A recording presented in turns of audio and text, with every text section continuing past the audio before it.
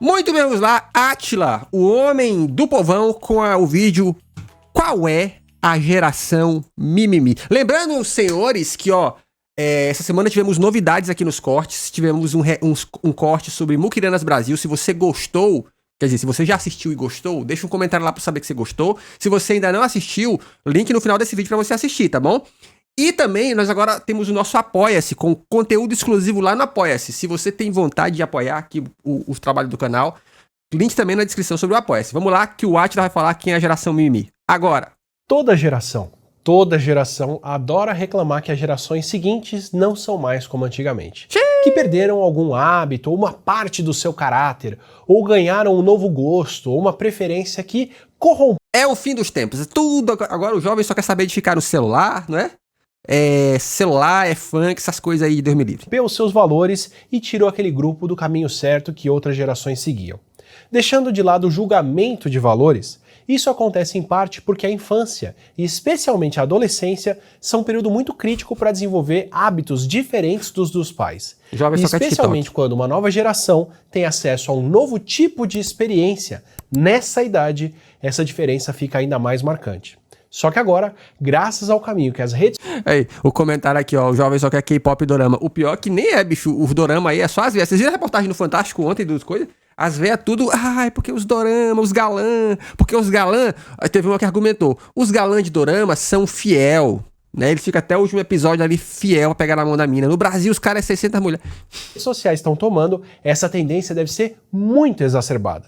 Deve ficar cada vez mais difícil para novas gerações falarem com as anteriores, ou vice-versa. Antes de falar sobre algo que nos separa, esse vídeo aqui tem o apoio da Surfshark, que é o serviço de VPN que aproxima você do conteúdo que você quiser ver enquanto mantém a sua privacidade. Olha aí, se você quiser privacidade online, use o cupom ATILA no Surfshark e nós vamos aqui. O que você quer sem revelar o seu e-mail real. E o melhor, se aquele serviço for invadido ou se venderem os seus dados, a sua informação continua protegida. Vai ter 4 meses extras grátis. Olha, 4 meses cupom ATILA de assinatura. Então aproveita para conhecer e garantir a sua privacidade com a Surfshark. Eu adoro aprender sobre fenômenos que parecem simples ou sem grandes consequências, mas que acabam ressoando muito além dessa primeira impressão. Ainda mais quando esse tipo de fenômeno muda a sociedade de alguma forma fundamental. Por exemplo, pode parecer que rádios portáteis, os primeiros aparelhos que tinham transistores e que podiam ser alimentados por baterias e carregados para lá ou para cá, ou mesmo viver dentro dos carros, não fariam muita diferença além da presença da música em cada vez mais espaços. Só que a portabilidade do rádio mudou muito mais do que isso. Ela permitiu uma explosão de novos gostos musicais como o rock, em parte porque as pessoas podiam ouvir mais músicas mais facilmente. Mas também porque viabilizou que uma nova geração criasse gostos musicais muito diferentes dos seus pais. Se você tiver a chance de ver shows dos primeiros anos de sucesso do Elvis na década de 50, ou mesmo dos Beatles na década seguinte, repara quanto do público é formado principalmente de adolescentes. Verdade. Isso não é por acaso. Verdade. Tem um paralelo bem curioso com a mudança cultural que tem incomodado pais portugueses atualmente, quando seus filhos começaram a perder o sotaque, ganhar o sotaque brasileiro.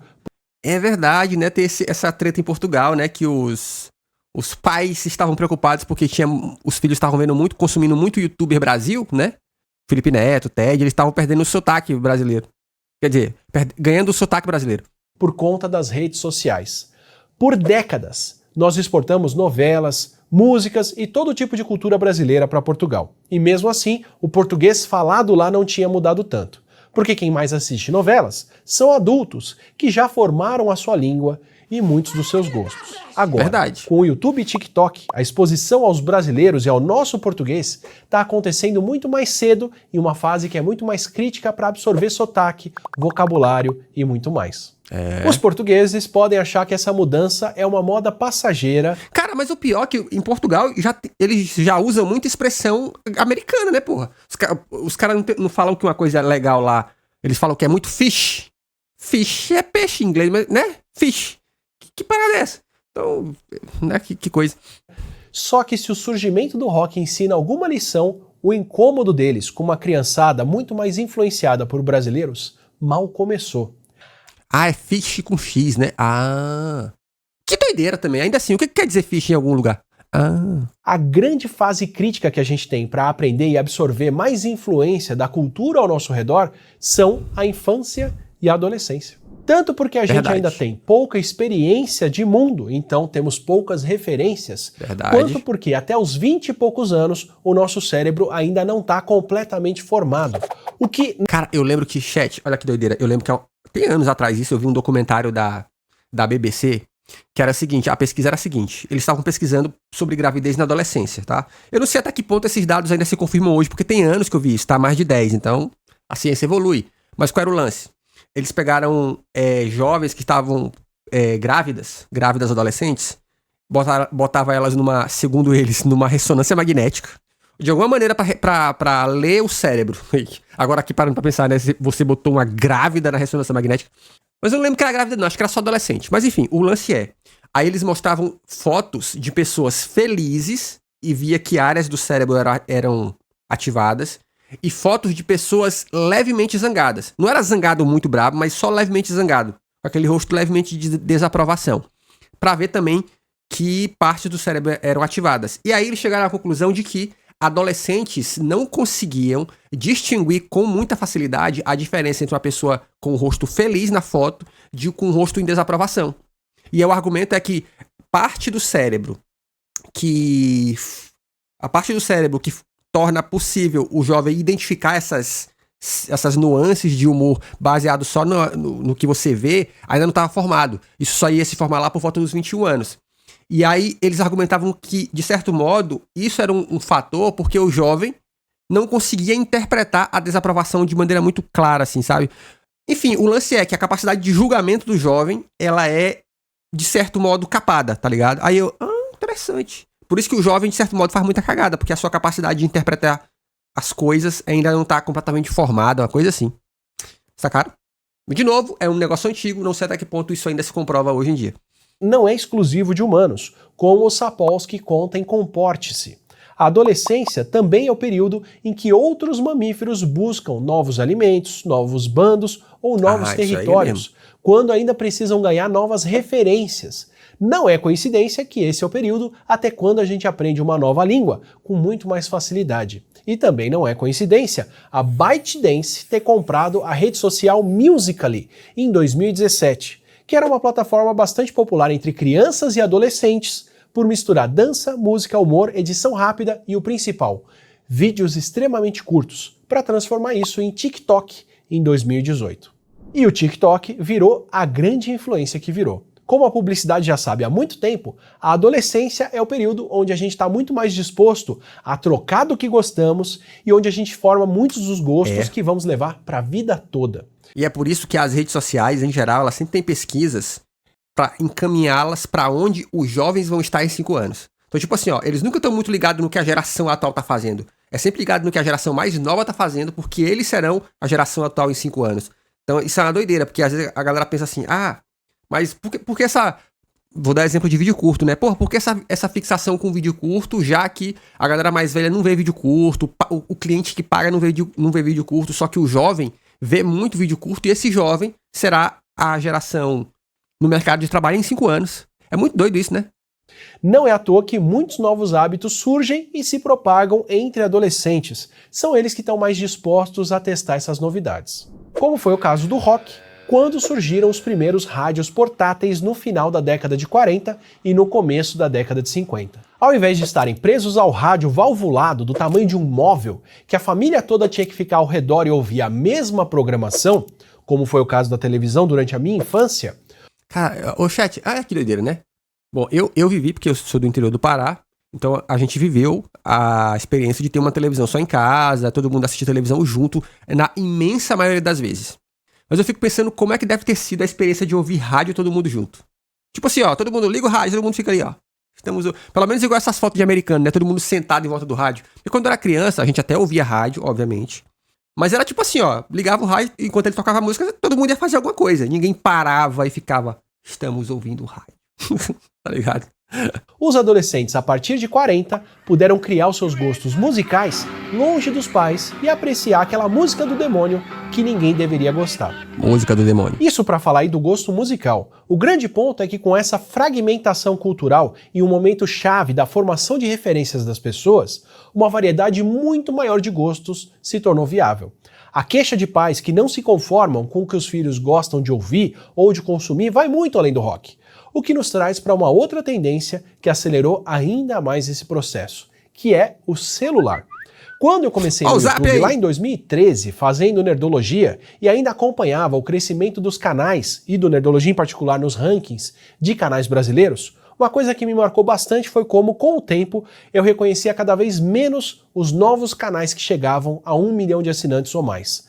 Porque com mais gente fazendo vídeos e com mais gente assistindo, o tipo de referência que a televisão foi na minha infância foi desaparecendo. Quando eu era criança, programas infantis como o Show da Xuxa podiam ser a única opção das manhãs por vários anos. Gostasse ou não dela, do Balão Mágico, da Mara Maravilha ou quem fosse, essa era a única opção. Porra, pior que é verdade. Inclusive, isso tem a ver com o fenômeno que a gente tá vivendo recentemente durante as Olimpíadas aí, né? Todo mundo falando muito bem da Cazé TV. E eu vi alguém argumentar, isso faz muito sentido. Tipo assim, gente, pro Cazé ter uma grande audiência, ele só precisava existir. Porque você não tem outra opção. Ou você vê na Globo, ou quiçá na Record, que já transmitiu a Olimpíada de Inverno, né? Então ele só precisava existir. Então, existem alguns nichos que eles são tão de um player só, que basta surgir outro que ele já vai ter uma audiência. Tá? Ele não necessariamente precisa chegar batendo de frente. Só dele já estar lá, existindo, já faz diferença. Quando eu era criança era isso. Eu só tinha, na minha cidade, a gente só tinha Globo, SBT e Band. Só tinha 3 canais quando eu era criança. Então, mano, ou tu tava vendo a Globo com a Xuxa, ou alguma coisa no SBT quando passava desenho. Não tinha por que fazer. E todas as famílias que assistissem à TV teriam... Tanto que eu tinha inveja dos coleguinhas que pegavam Record, porque eles assistiam como é que é o nome? Totsusaku. Jaspion, Changeman, essas coisas. Eu não tinha Record em casa. Eles viam Cavaleiro do Zodíaco, eu não sabia o que era. A mesma referência. Já quando o YouTube se popularizou por aqui, cada criança podia assistir vídeos na sua tela particular, especialmente quando deixam o celular na mão de uma criança, tocando o que for, sem supervisão. Mesmo assim, na década de 2010, a gente ainda estava falando de um consumo mais uniforme de conteúdo. Ainda era possível entrar no YouTube e ver quais são os vídeos mais assistidos, ou até receber a recomendação de um vídeo como Gangnam Style, ouvir, porque ele está fazendo sucesso com o resto do mundo. Esse fenômeno de um clipe de música coreana sendo o... Isso aí, Tokusatsu, não era Record, era Manchete? Verdade, você lembrou, era Manchete. Primeiro a atingir 1 bilhão de visualizações no YouTube é muito fruto de uma época onde todo mundo podia receber a mesma recomendação de algo que já era popular para... Ô chat, falar uma coisa, disso eu sinto falta no YouTube. Antes o em alta do YouTube era literalmente os vídeos que todo mundo tava vendo, tá ligado? Então você olhava ali e você tinha uma noção do que todo mundo tava vendo. Hoje, como o em alta ele é personalizado, de certo modo, e também com a entrada massiva de criança no YouTube, muita coisa do que tá no em alta lá é geralmente música, esporte e canais infantis, né? Então isso é uma coisa que eu acho paia, a gente não ter um ranking global do YouTube, tá ligado? Isso é uma coisa que eu acho paia. Outras pessoas em outros... Ou pelo menos nacional, tá ligado? Pra gente saber, pô, esses vídeos aqui são os vídeos mais vistos do dia. Pra gente ter uma noção do que tá rolando. Nos lugares.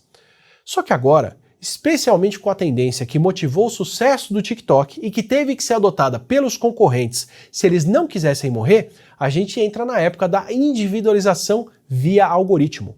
A especialidade da ByteDance, que ela trouxe para transformar o Musical.ly em TikTok, uso de inteligência artificial para servir conteúdo. Ninguém aguenta mais inteligência artificial. Ótimos algoritmos para encontrar o que você gosta em pouco tempo e servir muito mais disso para manter você preso por muito mais horas. Enquanto o YouTube só tem um ou alguns pontos de referência sobre você por esses mais de 5 minutos desse vídeo que você viu até aqui, se você estivesse assistindo Shorts ou os vídeos curtos do TikTok, alguém dando scroll na tela e parando para ver alguns segundos de um vídeo ou de outro, já deu dezenas de referências de quais são as suas preferências e passou por muito mais testes do que prefere ou não assistir. Quando o TikTok apresenta o conteúdo para você, ele realmente está apresentando algo que só você vai ver, misturando vídeos virais que muito mais gente viu com vídeos desconhecidos e com poucas visualizações, mas que podem apelar muito mais para os seus gostos. Gostos inatos ou gostos que você acabou adquirindo justamente por essa influência. E aí, com essa hiperespecialização e recomendação extremamente otimizada para o gosto de cada um, acabam as chances de uma timeline em comum e com referências compartilhadas. Exatamente, isso aí eu acho uma coisa que é meio ruim. Ó, apesar de que, honestamente, eu nem acho que tá tão individualizado assim.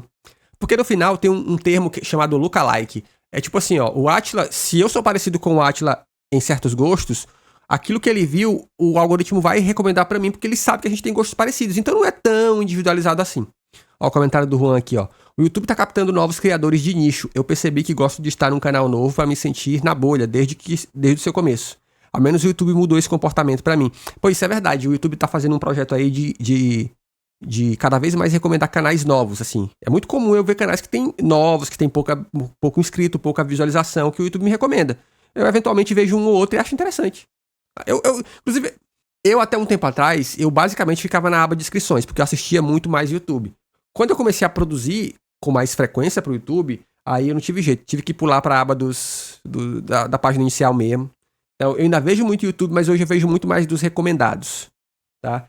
Só que assim, eu tento ficar ligado porque tem uns 2 ou 3 canais, que eu gosto muito deles, que eu dou like, ligo o sininho, mas mas o YouTube não me mostra. Tipo assim, ó, o canal Senpai Game. É um canal que o cara fala muito sobre streaming, equipamento e tal. É um canal americano, né? E ele sempre faz vídeos muito bons. Cara, quando sai vídeo dele, o YouTube me recomenda uma vez.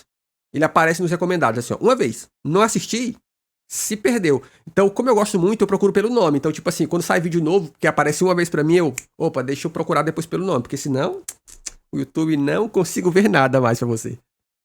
Principalmente entre quem pode ter gostos um pouco diferentes. Não é nem mais uma questão de diferença de gerações, de alguém com 14 anos. E olha, eu acho que isso do algoritmo individualizado é tão falso, porque eu sempre dou um exemplo. Abre numa aba anônima no YouTube. Se ele não te recomendar nenhum vídeo da extrema-direita, é milagre. E assistir um que seja pra tu ver. Aí é que ele vai, ó. Vídeo de extrema-direita e vídeo de gostosas de roupas menores. Basta tu ver um pouquinho de um. Meu amigo, ele vai te recomendar em peso, tá? Pelo menos numa aba anônima não logado. Agora, você ser logado, cara, é impressionante, assim. Tem horas que dá uma raiva. Você fica, porra, YouTube, que é isso? Mostra os vídeos que eu tô inscrito, cara. Mostra os vídeos que eu quero, né, dos canais que eu quero, já sou inscrito e tal. E não mostra tanto. Mas certos vídeos aí, eles arrocham na galera. Não querer ouvir uma pessoa de 35, mas sim o caso de alguém de 14 anos, só receber vídeos de outras pessoas com menos de 16, se isso for o que mantém a sua atenção. Adeus era da pasteurização e da formação de um gosto em comum para muita gente, olá era onde uma criança portuguesa com o celular na mão está muito mais próxima culturalmente do Lucas Neto ou de crianças brasileiras da mesma idade do que ela vai estar das referências culturais de um adolescente português ou dos adultos com quem convive em casa. Tanto que se você conferir quais foram os vídeos mais assistidos do TikTok em 2023, ou 2022, ou qualquer ano, vai reparar o quanto daquilo você nunca viu mesmo se usar muito essa rede social. Exato. Ao mesmo tempo, as pessoas que viralizaram com mais de 100 milhões de views em um vídeo podem ter menos de 1000 views em outros. Se antes uma geração inteira podia formar gostos e opiniões diferentes e discordar de outras gerações, se jovens podiam liderar protestos contra a ditadura ou pelas diretas já, agora jovens podem discordar entre si. Nos Estados Unidos, na Europa, na China, na Coreia do Sul e até na Tunísia, por exemplo. Vocês querem um exemplo, chat? Toda vez que eu faço vídeo aqui reagindo a essas coisas de geração Z e tal, dá muito view e muito comentário de gente que eu sei que não aparece aqui com frequência. Então, literalmente assim, ó, é uma outra bolha. Depois de décadas de tendências políticas alinhadas, mulheres com menos de 30 anos de idade estão desenvolvendo opiniões muito mais liberais do que entre os homens mais novos, que têm apoiado muito mais movimentos conservadores como os movimentos de extrema-direita. Claro que tem uma série de outros fatores por trás disso. Afinal, as mulheres são especialmente punidas por políticas mais conservadoras, o que ainda deve render mais de uma conversa no Não Ficção com quem entende disso. Eu pego esse exemplo porque essa divisão inédita é bem documentada e a fragmentação de referências e opiniões que a gente pode ter via algoritmos certamente contribui. A gente já está vindo de uma crescente de individualização das pessoas há décadas e no mundo todo. No livro Generations, a Jean Twenge discute como desde os boomers, que são a geração nascida nos Estados Unidos entre 1946 e 64, os nomes de bebês deixaram de repetir nomes mais comuns e passaram a ser cada vez mais trocados, conforme a sociedade americana mudava de uma sociedade mais comunitária, onde um nome comum ou um nome bíblico mostravam uma familiaridade e a conformação às normas, para uma sociedade mais individualista, onde os pais querem diferenciar os filhos com nomes inéditos. Caraca! Porra, cara, muito. E quando eu tava na igreja, mesmo no universo gospel, isso já acontecia, eu já notava. Então você não tinha, vai lá, se tu fosse numa igreja tipo Assembleia de Deus, tu ainda ia encontrar umas misturas de nome. Acontecia muito, sabe? Aquele rolê dos pais misturar nome. Mas nas igrejas descoladas, os nomes escolhidos era tipo assim, Noah, tá ligado? Que é nome gospel, mas não é, tá ligado? Tirza. Nome gospel, mas tipo assim, eles geram diferenciação, porque eles não são muito popular. E eles não são de tipo Abacuque, tá ligado? Ou Abdenego, Mesaque, essas coisas. Mas, cara, é muito comum no universo gospel. E essa tendência se exacerba ainda mais em gerações recentes, quando não só os nomes mais populares são trocados cada vez mais rápido, como são cada vez mais novos e inéditos, e mesmo os nomes mais comuns não são tão presentes quanto já foram antes. Até em países com culturas que são tradicionalmente mais coletivas, como Japão e China, esse Gasofilácio da Silva. fenômeno dos nomes está se repetindo. Falando por mim agora, eu em particular tenho a impressão de que a gente está pisando ainda mais nesse acelerador agora. Como no caso das crianças portuguesas, falando brasileiro, essa influência da individualização das redes sociais mal começou. A gente ainda está entrando na fase onde algoritmos escolhem o conteúdo feito por outras pessoas que a gente recebe. Mal vimos ainda o que vai acontecer com quem cresceu e formou seus gostos com base nisso. Em um período de crises econômica, climática, ambiental, habitacional, diplomática e outras crises, onde gerações mais novas veem com ressentimento as atitudes e opiniões das pessoas mais velhas que afinal geraram essas crises. Só que em pouco tempo a gente vai entrar na era do conteúdo gerado por algoritmos, diretamente, não só filtrado, onde grandes modelos de linguagem e o que mais vier pela frente podem criar o que você vai consumir, sem ter que remunerar ninguém para fazer isso. Aí não só a sua timeline vai ser única, no sentido de ter uma coletânea que só você vê, como é o caso agora. Inclusive, eu vou dar exemplo pra vocês. O Threads. Vocês já entraram no Threads? Não é possível. Mano, aquilo é uma coisa diária, não é possível. É só clickbait de engajamento. Só engajamento isso. Ai, gente, vocês notaram que tal coisa? Ai, gente, como chama isso na cidade de vocês? Ai, que chatice aquilo. Como a gente também vai receber fatos e informação que mais ninguém recebe ou sequer sabe que existe. Onde vai ser ainda mais fácil e lucrativo criar uma realidade só sua para manter você preso ali.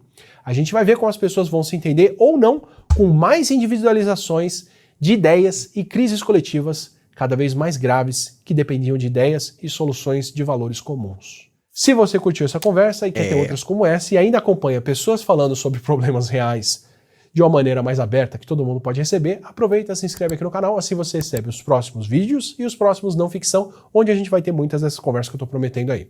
Até o próximo. Muito bom vídeo do nosso querido Átila mais uma vez, ó, já deixei meu like, tá aqui, ó, e dá pra ser membro do Átila também, ó, que interessante, tá aí. Se inscreve no canal, aqui tem vídeo todo dia, beijos, e tchau, obrigado.